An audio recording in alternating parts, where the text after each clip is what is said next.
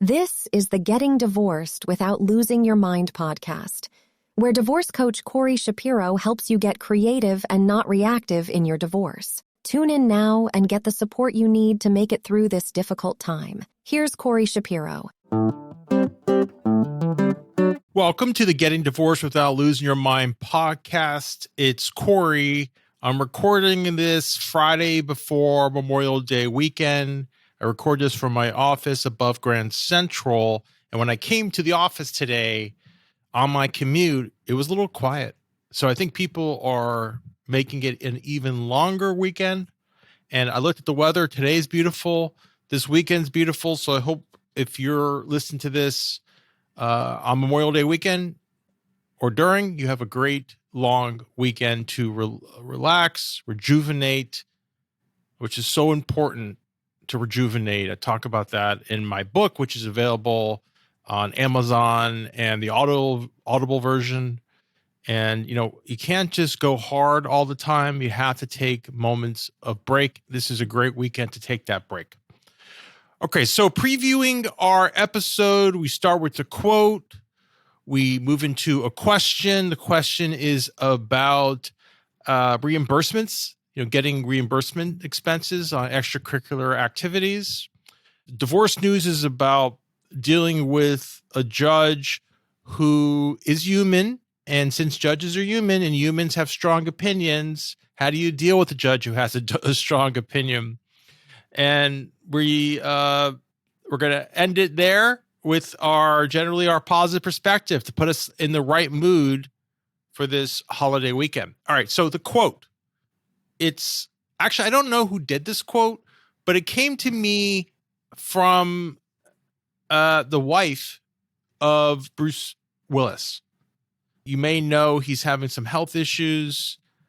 So this is what she says, or what's on her mind. She says, someone told me not long ago that when you overcare for someone, you end up undercaring for yourselves. And I see that in these divorces when someone has addictions, when you have mental health issues, could be also just general health issues like with Bruce Willis, but there's an imbalance.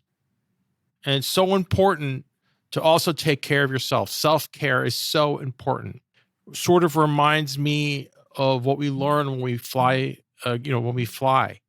And they say, put the mask on yourself before putting on the mask on your child. And I know that might be, again, some of you who are givers, that might be hard to do. You might be feeling so guilty doing that. But yeah, if you don't have anything to give, then you really are hurting yourself. So think about that.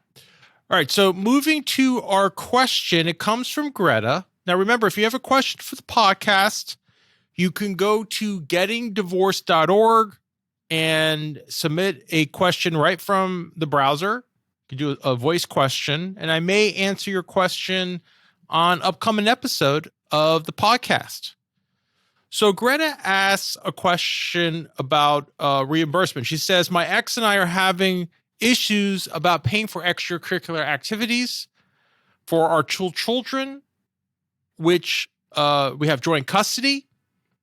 I usually have to cover the costs up front for my children on my credit card, and it takes him months to pay. He may only pay a little bit of what he owes, and this is really making this financially devastating for me. I want to take him to court, but I don't have really the budget to hire an attorney. What should I be considering? Well, Greta, I would say there's two big buckets to think about. The first bucket is the no court approach, and then the court approach. And I think the preparation is very similar. The first thing you have to realize is if there's joint custody, that means both of you have to make a decision. If you have sole custody, that means you have the final say. But if you have a traditional joint custody, your word or what you want for your child is not necessarily stronger than what the other parent wants. And there's sometimes a lot of conflict here. So what usually happens is if an activity, let's say your child name's Jimmy. If Jimmy always did baseball and you want reimbursement for baseball and the father is just a late payer, then that's a very strong position. But if the other hand, you want a new activity, let's say Jimmy's in baseball, but now Jimmy wants, or you're saying Jimmy wants tennis, and you never even told that anything about tennis to the father, and then you're just asking for reimbursement.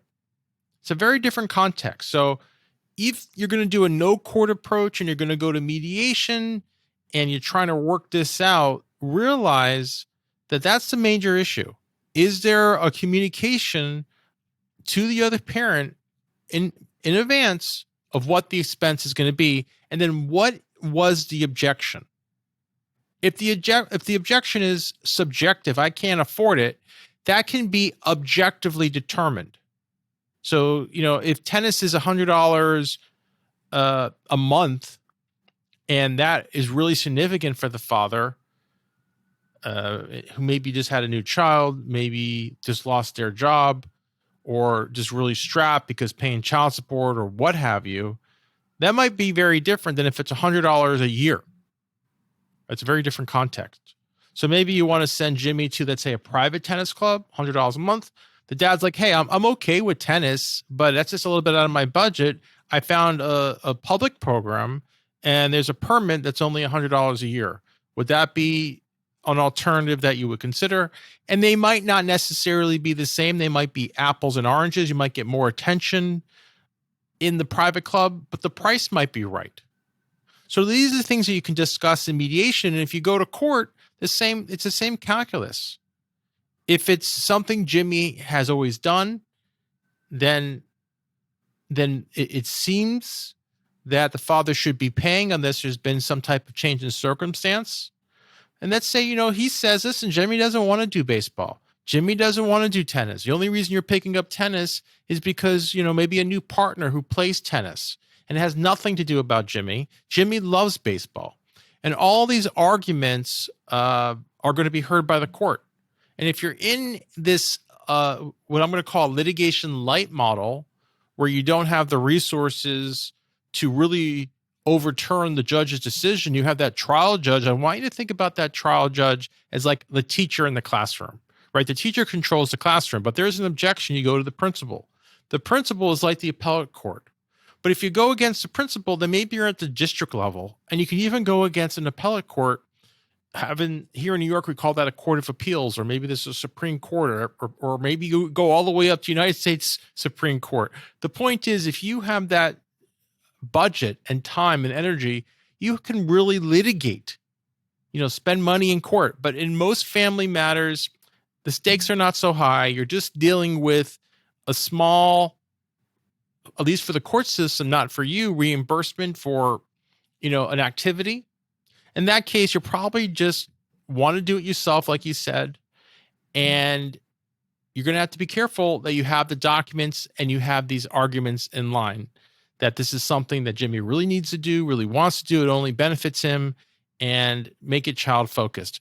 If this is a little overwhelming, and I do hope this answers your question, and it depends on how this goes, court can be anxiety-producing.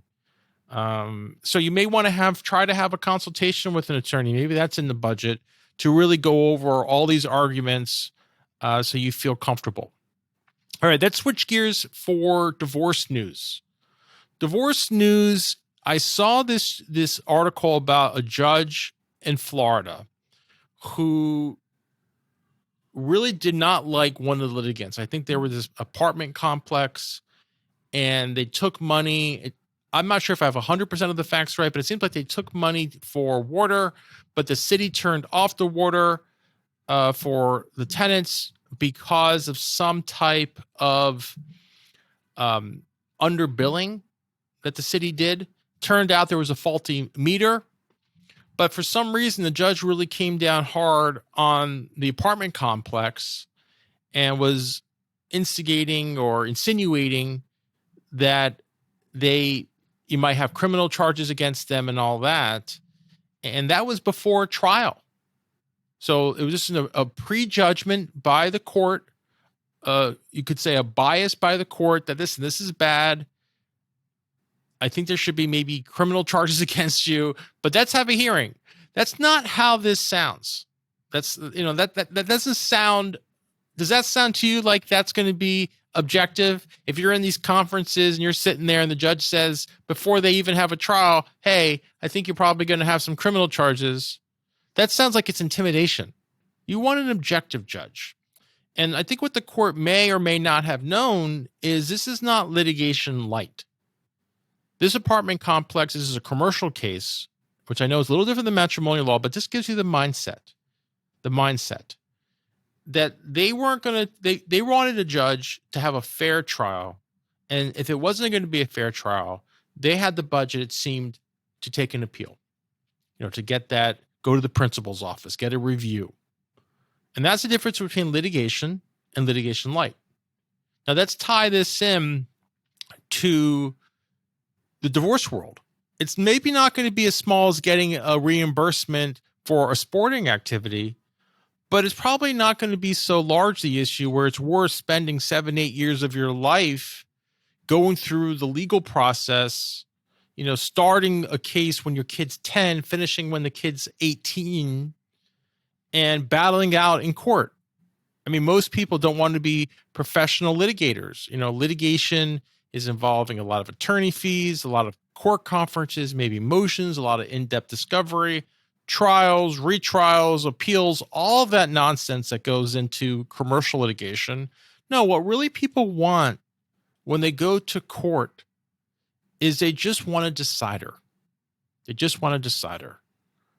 And some people can go to a no court option like a mediator and get some insight, some perspective.